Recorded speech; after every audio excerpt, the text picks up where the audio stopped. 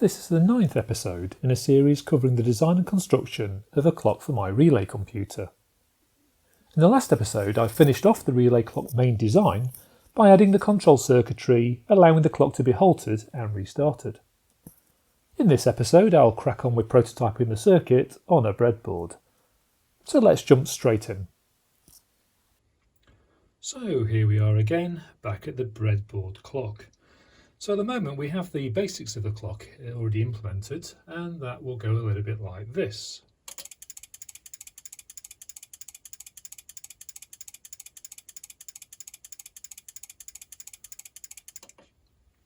Alright, so there's a few things we've got to finish off on this board now, and if you were watching from the last video, the first one is we need to be able to freeze the clock. And to do that we're going to put a freeze line in that will always stop the clock when it's in the off state. And you can see from the diagram, here's the bit that we need to implement. So let's get straight in, and you can see there's a couple more relays on the board at the back here. So we've got 3 extra relays, 1, 2, 3, that we'll be using in this video. The relays at the bottom here, 1, 2, 3 and 4, are from the clock stage ring counters. So first of all we want to activate these 2 relays when the outputs A and C are high respectively. Let's pop those in now.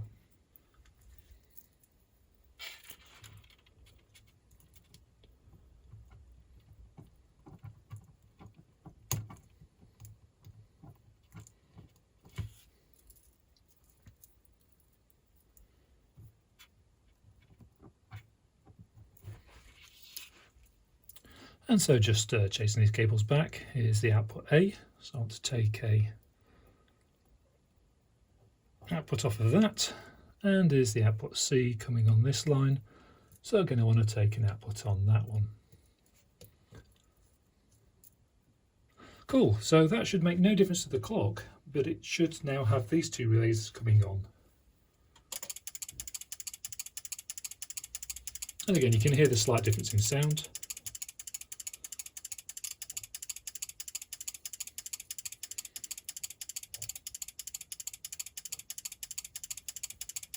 With those relays on or off. Great.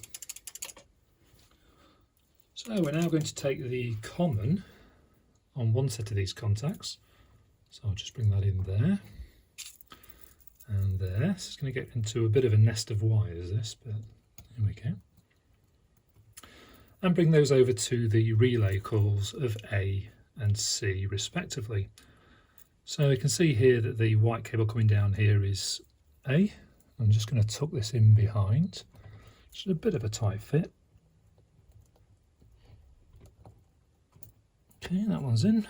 And then even more tight is going to be C, which I'm just going to tuck in behind here.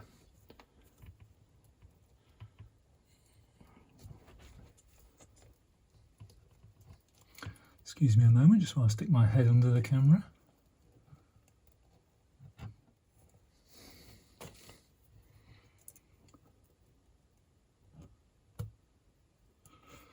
Okay, that one's in.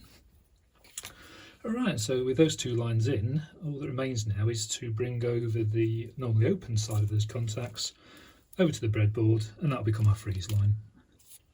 Right, I'm running out of any decent colours for these, so the colours are going to be a bit mixed up, but there we go. So that'll be one,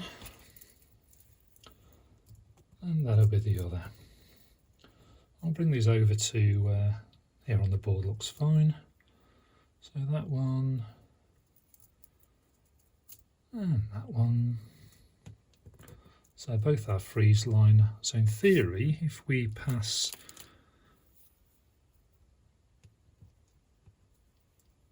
voltage through that, and I want to pin it to this button here, that should be our freeze line. So what I'm expecting to happen now is if I press this button here, it will freeze, but only when the clock signal's off. So the clock signal is going to appear here. So there we go, and there we go, you can see it's stopped and frozen in that position with the clock off. If I press it again, it's now frozen in the other position. And of course it'll always be random which point, well not random, but it'll always be one of those 2 positions depending when I press the button. So you can see there I can pause it at either point, but it'll always be one of those 2 points. It'll always be there, or it'll always be there. As soon as we release the button, it carries on. Cool. Okay, so that's the first bit done. That's the freeze line complete. So now we want to implement the halt functionality. And for this needs to be a latching relay that when energized will go on and stay on and basically hold that halt line in place for me. So let's do that now. So we've got the relay at the back here ready to go. So what we need to do first of all is actually we need a negative line in there first of all, because that one's not wired in. So let's do that. So that's the ground, just coming off that pin there. And then for this one then, of course, we need to bring that into the board there. And I've already got a diode in reverse bias here to make sure that between the line that will go to the coil, the line coming off the back, there's a nice little diode there, and that will just deal with that flyback. Right, okay, so let's put the power for that relay in there. Bring that down to the board, so I'll just bring that down here, out of the way. And what should happen now is if I power that, we should find that will click the relay on and off, which is fine. So if I put that down to this button down here, let's give that a try. And you can hear the extra clicking there between clicking of the button and the clicking of that in the relay coil. Maybe a little difficult to hear, but it's there.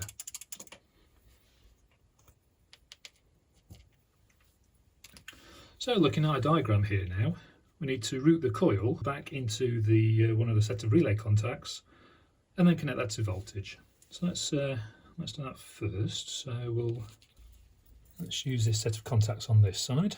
So we'll put that into the common contact like so. And then this will bring down to this same line. So that's now connected to the coil. And if we then, on the other side, we need to bring in the voltage. So what I'll do is I'll use this extra bit of breadboard here, just give me a bit of space. So I'll pop these into the positive rail, like so. And then I can pop these into the contact here. I also need this in the next contact as well, because what we also need to do then is have this relay activate the freeze line for us. So what we'll do is we'll take a line off of that relay that needs to go down to the freeze line. So here we go. This is going to come off of the top side, so the voltage comes in on the common. Sorry, this is very fiddly when I'm trying to do a video as well as hook these all in. And then this will come off the normally open contact and go down to our freeze line, which we've got down here in this little cluster. So let's make a bit of room for this. Just move some of these back.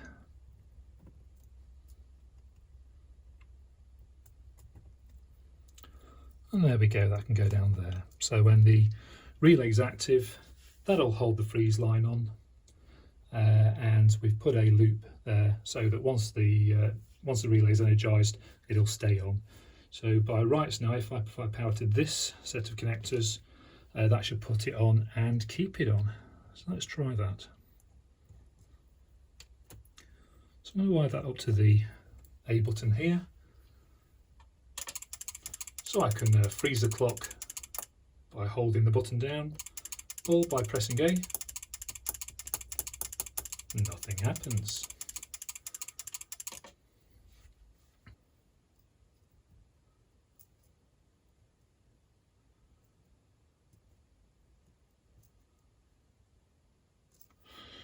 And of course might help if I actually wire this all together.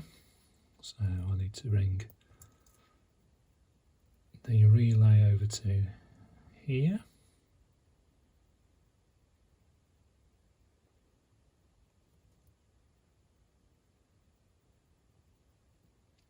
Like so, and then I need to take the negative off from this side. So very, very fiddly. And then that means the relay is now connected to the power. So let's try that again. And there we go now, that's put the halt line high. That puts the relay on. The relay self-latches. And now no matter what I do, That's not going to come back off again unless I turn the power off. Now obviously that's not really ideal, so what we want to do is have this switch here to be able to break that signal, and that will basically drop that latch and allow the clock to carry on again. So let's do that.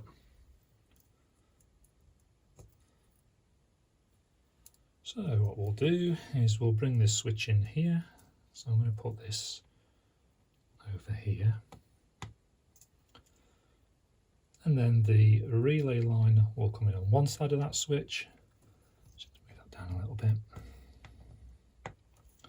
There we go. So if we put that one in there, that goes off to the relay. We can have this line here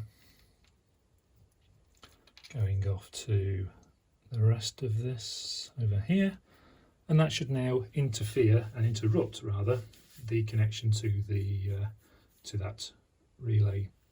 Let's give that a try. So there we go, we've halted the clock.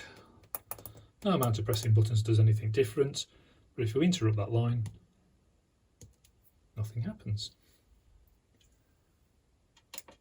And that's probably because I've got these in the wrong place, so actually this line is going nowhere.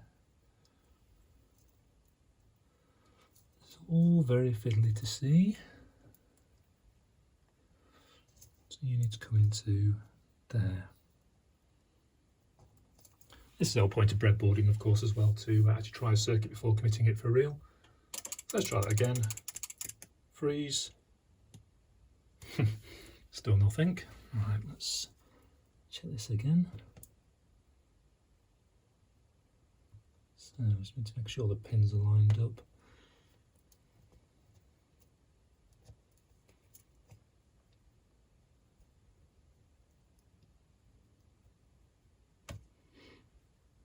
Oh, actually, of course, yes. This is because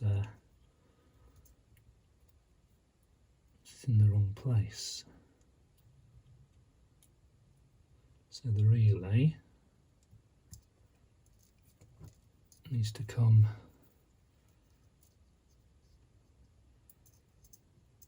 this side of the switch,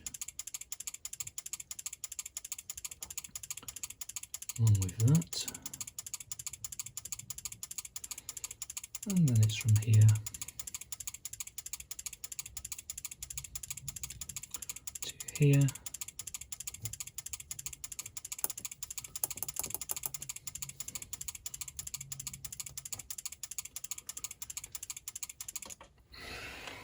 Right, just got to quickly mess this circuit again.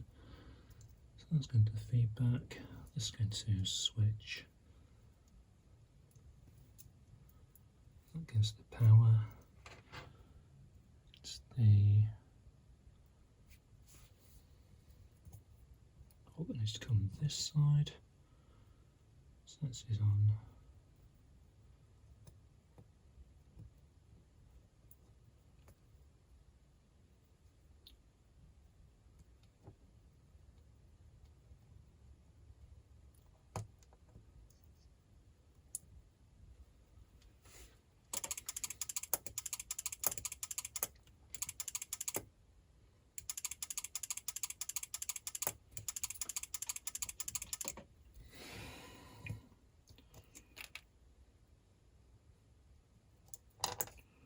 Let's reevaluate that.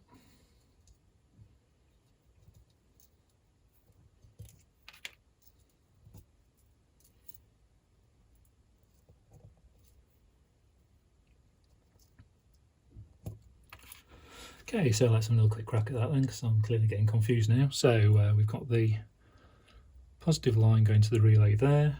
That's the one we need to be able to break. So if I bring a switch in here, like so, it's this that we want to interrupt. So you go from there to there. From the other side, comes out of there to, let's say, there. This is where our halt line will come in, and that's also where the back feed needs to come in from that. Right, let's try that again. So, manual pause, This is basically where the clock stop switch is thrown, and latch. Oh, why you no work?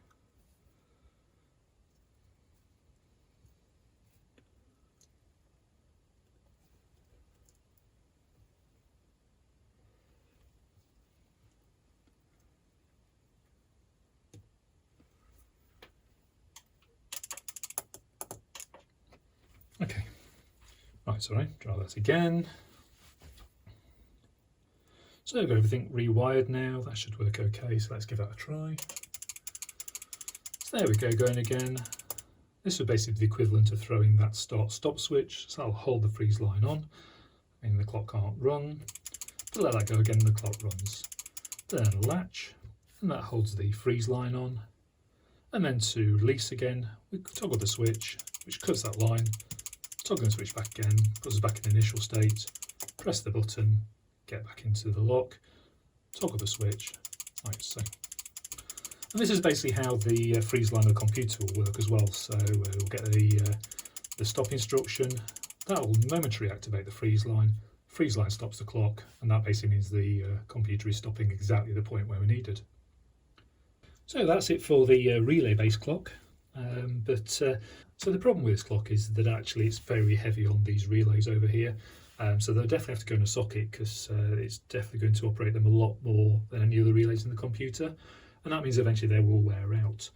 So you can see mostly this is just using relays and switches and so on. So it's all quite basic and sort of within the spirit of the original computer. But what I wanted as well was to have a clock that's going to be more robust for running longer periods and also have the ability to slow the clock down and speed it up. Now obviously we can't do that with this clock because it would require changing these resistors and capacitors, which is not going to be easy to do. So what we'll do in the next episode is look at an alternative clock that is actually much more modern in terms of implementation and uses a crystal at the heart of it to actually do the timing. So we'll get into the design of that next time. So for now, thank you again for watching and yeah, see you next time.